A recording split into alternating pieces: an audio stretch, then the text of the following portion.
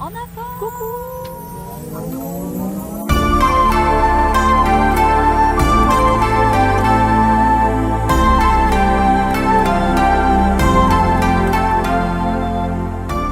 La mission locale nous a envoyé un message pour nous demander si on pouvait si on était intéressé par un projet humanitaire qui se trouverait dans un nouveau pays pour pouvoir découvrir et pouvoir amener notre aide.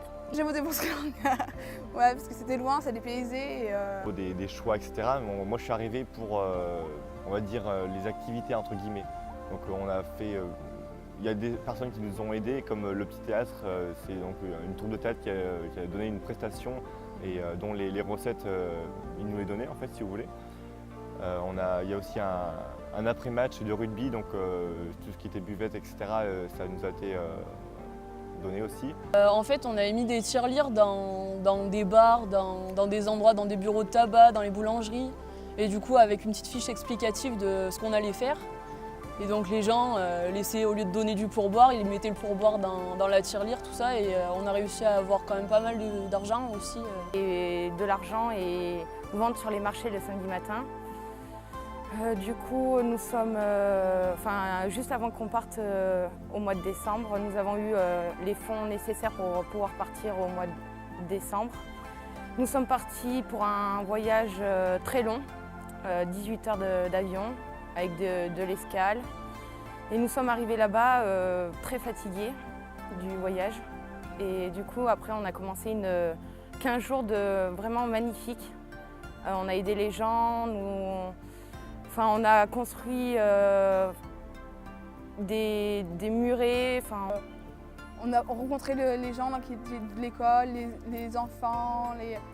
Et c'était en fait, je l'ai pas vraiment. C'est pas vraiment. On a aidé, on a pris un voyage humanitaire, on a aidé, mais c'était aussi une belle rencontre. On n'avait pas l'impression de travailler en fait. On a mangé. Après, tout le monde a un peu discuté. Moi, je suis directement partie me coucher, j'étais KO. Et après, du coup, le lendemain, on a eu un jour de repos avant d'attaquer de travailler. Et c'était visite de temple, visite de la ville. On a rencontré le chef bouddhiste.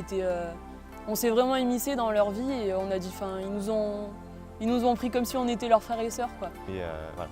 Donc, on nous a accueillis, on a mangé midi dans le temple, ils ont tous fait à manger, on nous a expliqué le projet. Il y avait une des deux organisatrices, donc Soura et Souga, le mec.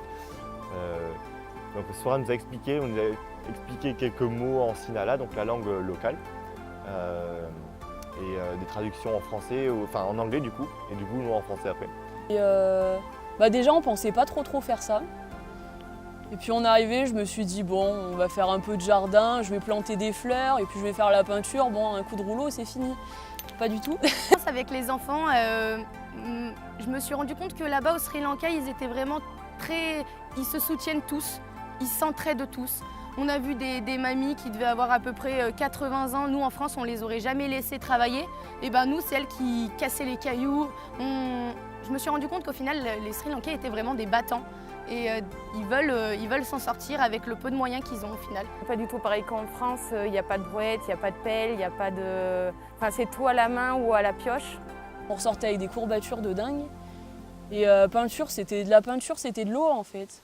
Au lieu de mettre de la peinture normale et qu'on passe une seule fois, c'était de l'eau, il fallait passer 15 fois. Donc ils n'ont pas la même logique que nous.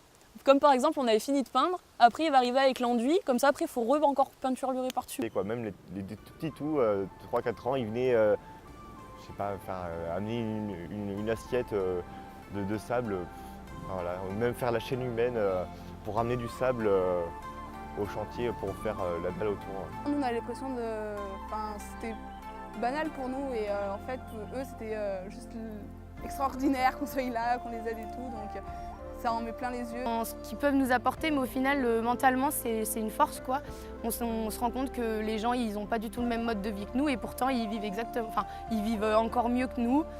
Avec rien, on peut faire beaucoup de choses. En fait, c'est tellement différent d'ici que c'est obligé de nous impacter. C'est un continent qui n'a pas du tout les mêmes habitudes que nous. C'est pas comme si on partait en Amérique. Bon, eux aussi, ils ont la télé, ils ont les écouteurs, ils ont les téléphones. Là-bas, on y va, ils ont pas du tout pareil, donc ça nous change complètement, quoi. Moi, ça m'a grandi. Enfin, les gens qui râlaient ici, ça me passait au-dessus parce que là-bas, ils râlent jamais alors qu'ils sont vachement plus profs que nous. Et la vie là-bas, je préférais la vie là-bas que la vie en France. Culture et j'ai beaucoup. Alors, c'est sûr, c'est vachement différent de nous parce que là-bas, ils mangent vachement épicé. Et si t'as pas l'habitude, c'est compliqué. Ils ont vachement plus de traditions. Mais ça nous apprend en fait. C'est vraiment différent de nous et ça nous apprend plein de choses. Donc, je me suis vite adaptée. 2017, donc après le Sri Lanka. Et au final, je me suis rendu compte que grâce à cette expédition et grâce à ces moments, en fait, je suis pas du tout faite pour être dans le commerce, mais plutôt aider et soutenir les gens plutôt. Apporter quelque chose, mais ça s'est fait, je pense, naturellement et je pense pas le ressentir tout de suite. Ça a apporté des choses, c'est sûr. C'est un autre regard et découvrir un autre pays, ça fait du bien aussi. Je fonce, j'hésite même pas, j'y retourne, je refais pareil. Ça les fera changer d'environnement, voir de nouvelles personnes, aider d'autres personnes que ici, ça va les faire grandir, avoir de la maturité.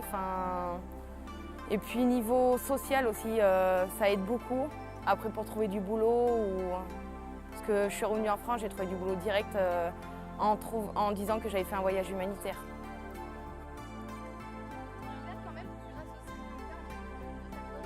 Pour leur sérénité et leur façon de vivre qui est extraordinaire.